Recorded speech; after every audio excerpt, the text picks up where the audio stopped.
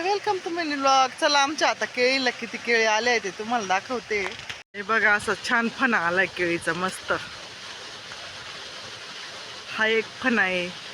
हे बघा, इकडे दुसरा पण आलाय.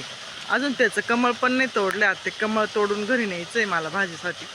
ह्या कमळाची भाजी खूप छान लागते. तुम्ही एकदा ट्राय करून बघा कमळाची भाजी केळीच्या. केळी शेजारीच पपईचं झाड आहे. त्याला पण खूप मोठ्या मोठ्या अशा पपया आले आहे. एक पिकल्यासारखी पण वाटते थोडी. हे बघा, इथं तिसरा हा फणा आलाय मस्त केळीचा.